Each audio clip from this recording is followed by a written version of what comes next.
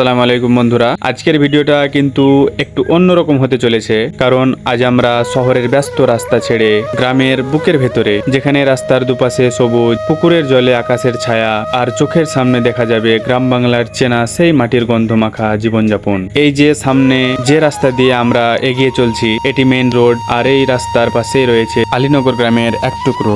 এখান থেকে আজকের আমাদের গ্রামের পথ চলা শুরু। আলীনগর পেরিয়ে আমরা ঢুকে পড়বো রামচন্দ্রপুর গ্রামে। আর আজ কোনো নির্দিষ্ট জায়গা দেখে ফিরে যাব না, বাইক নিয়ে পুরো গ্রামটা ঘুরে দেখাবো। গ্রামের রাস্তা, বাড়িঘর, পুকুর, গাছপালা, মাঠ আর মানুষের চিনা জানা জীবন সবকিছুই আপনাদের সামনে তুলে ধরবো। বন্ধুরা, গ্রামের সৌন্দর্য আসলে বড় কোনো দর্শনীয় স্থানে লুকিয়ে থাকে না। একটা সরু রাস্তা, রাস্তার ধারে দাঁড়িয়ে থাকা পুরনো গাছ, পুকুরের শান্ত জল, কিংবা বাড়ির উঠোনে বসে থাকা মানুষ, এই ছোট ছোট দৃশ্যগুলোর মধ্যেই লুকিয়ে থাকে আসল বাংলার সৌন্দর্য। এই মুহূর্তে আমি আলীনগর গ্রামে। সামনে দেখুন মাল বোঝায় একটি লরি যাওয়ার সময় গাছের ডালে আটকে গেছে, তাই রাস্তা পরিষ্কার করে লরিটিকে যাওয়ার ব্যবস্থা করা হচ্ছে। গ্রামের রাস্তা চলার পথে এমন ছোট ছোট দৃশ্য কিছু বেশ ইন্টারেস্টিং। চলুন এবার আমরা আবার আমাদের পথ চলা শুরু করি। এখন হয়তো আমরা আলীনগর গ্রাম পেরিয়ে রামচন্দ্রপুর গ্রামের দিকে এগিয়ে যাচ্ছি। রাস্তার দুপাশের পরিবেশটাও ধীরে ধীরে বদলে যাচ্ছে। শহরের কোলাহল নেই তাড়াহুড়ো, শুধু শান্ত একটা গ্রামীণ পরিবেশ। আর সামনে যত এগোবো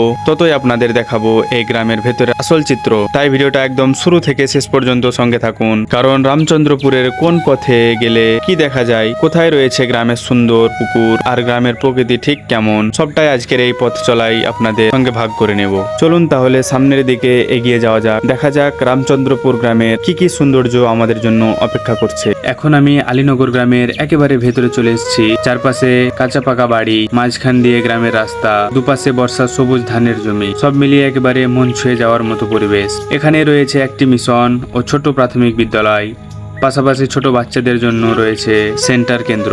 আর একটু সামনে গেলেই সেই জায়গা যেখানে প্রতি বছর বসে গ্রামের ঐতিহ্য মেলা। চলুন এবার আরো একটু সামনে গিয়ে দেখি গ্রামের মধ্যে আরো কি কি সুন্দর গল্প লুকিয়ে রয়েছে। কখনো কখনো এমন কিছু রাস্তা থাকে যার কোনো ঠিকানা থাকে না, তবু সেই রাস্তা আমাদের অনেক দূরের স্মৃতির কাছে নিয়ে যায়। আজ আমি তেমনই একটা গ্রামের রাস্তা দিয়ে চলছি। চারপাশের কাঁচা পাকা বাড়ি, রাস্তার পাশে সবুজ ধানের জমি, দূরে গাছপালা আর বর্ষার নরম বাতাস। দেখতে খুব সাধারণ, কিন্তু এই সাধারণ দৃশ্যগুলোর মধ্যেই যেন লুকিয়ে আছে হাজার মানুষের ছোট ছোট গল্প।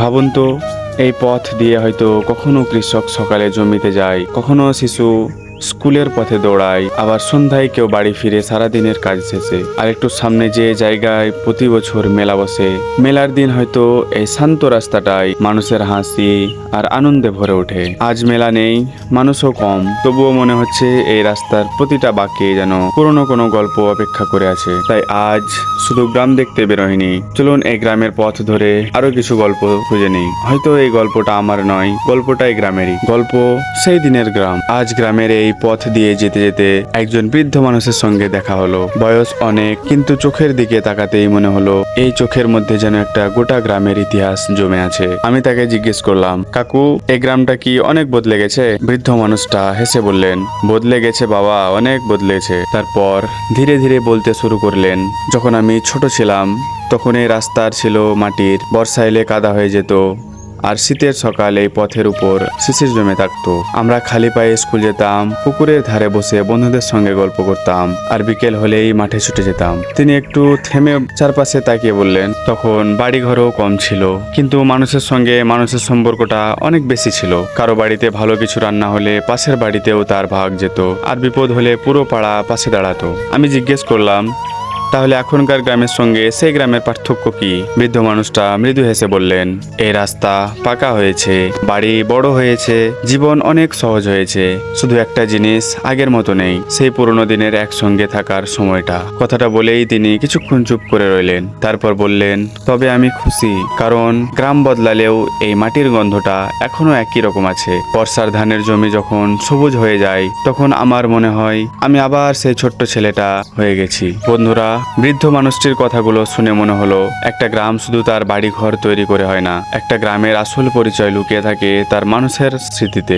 সময় বদলে যায়, রাস্তা বদলে যায়, বাড়ি বদলে যায়, কিন্তু কিছু স্মৃতি থেকে যায় ঠিক আগের মতো। আর হয়তো সেই কারণে গ্রামের পথ হাঁটলে আমাদের এত ভালো লাগে, কারণ এই পথে কোথাও না কোথাও আমাদের নিজের পুরোনো দিনের একটা গল্প লুকিয়ে থাকে। বন্ধুরা, গ্রামের এই পথ ধরে যতই সামনে এগিয়ে যাচ্ছি ততই যেন গ্রামের আসল চিত্রটা চোখের সামনে ফুটে উঠছে। বর্ষার কারণে রাস্তায় কোথাও কাদা, কোথাও জমে আছে বৃষ্টির পানি, তবু এই পথ দিয়ে প্রতিদিন গ্রামের মানুষ চলাচল করেন। রাস্তার দুপাশে কোথাও কাঁচা বাড়ি, কোথাও পাকা বাড়ি, আবার একটু পর পরই চোখে পড়ছে পুকুর। আর এই গ্রামের সৌন্দর্যের সবচেয়ে সুন্দর দিক হলো এখানে মন্দির আর মসজিদও পাশাপাশি গ্রামের মানুষের জীবনের অংশ হয়ে আছে। তবে বন্ধুরা, আমাদের আজকের পথ চলা এখনো শেষ হয়নি। আমরা ধীরে ধীরে এগিয়ে যাচ্ছি গ্রামের একেবারে শেষ প্রান্তের দিকে। আর সেখানে রয়েছে এমন একটা জায়গা যেটা এই গ্রামের সৌন্দর্যকে আরো একটু অন্যরকম করে তুলছে, একটি নদী। নদীর সেই প্রান্তে পৌঁছানোর আগে চলুন আরো একটু গ্রামের ভেতরের দিয়ে এগিয়ে যাই, দেখি এই পথ আমাদের কি কি সুন্দর দৃশ্য উপহার দেয়।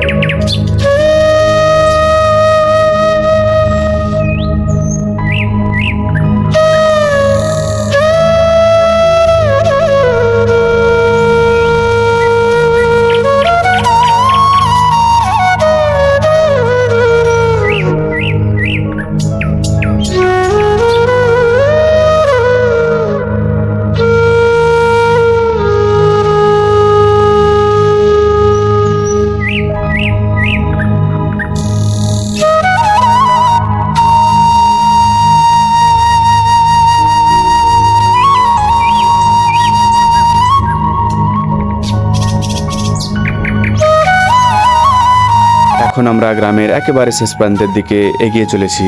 দুপাশে বিস্তীর্ণ মাঠ, বর্ষার সবুজের চারপাশটা যেন একেবারে নতুন করে সেজে উঠেছে। আর একটু পথ গেলেই শেষ হয়ে যাবে এই গ্রামের পথ চলা। পৌঁছে যাব নদীর পাড়ে। এই নদীর ওপারে দেখা যাবে পুরাডাঙ্গা গ্রাম। এপার আর ওপারে এই নদী যেন দুটো গ্রামকে আলাদা করেও আবার এক সুতোয় বেঁধে রেখেছে। এই গ্রামের পথ চলাই গ্রামের রাস্তা, কাঁচা পাকা বাড়ি, পুকুর, মন্দির, মসজিদ থেকে শুরু করে সবুজ মাঠ, অনেক কিছুই আপনাদের দেখালাম। আর সবশেষে এসে দাঁড়ালাম এই নদীর পাড়ে। এই নদীর হাওয়াটা যেন আজকের পুরো যাত্রার ক্লান্তি দূর করে দিল। এই সুন্দর দৃশ্যটা সঙ্গে নিয়ে আজকের ভিডিওটা এখানেই শেষ করছি। আবার কোনো একদিন বাংলার অন্য কোনো গ্রামের পথে দেখা হবে। ততক্ষণ ভালো থাকবেন, সুস্থ থাকবেন। ভিডিওটি ভালো লাগলে অবশ্যই একটি লাইক করবেন এবং বন্ধুদের সঙ্গে শেয়ার করবেন। আপনার মতামত অবশ্যই কমেন্টে জানাবেন এবং পরবর্তী কোন গ্রামের ভিডিও দেখতে চান সেটা অবশ্যই কমেন্টে জানাবেন। আমরা সেই গ্রামের ভিডিও খুব তাড়াতাড়ি নিয়ে আসার চেষ্টা করব। তো আমরা এখানে শেষ করছি ভিডিওটা। দেখা হচ্ছে আবার পরের ভিডিওতে।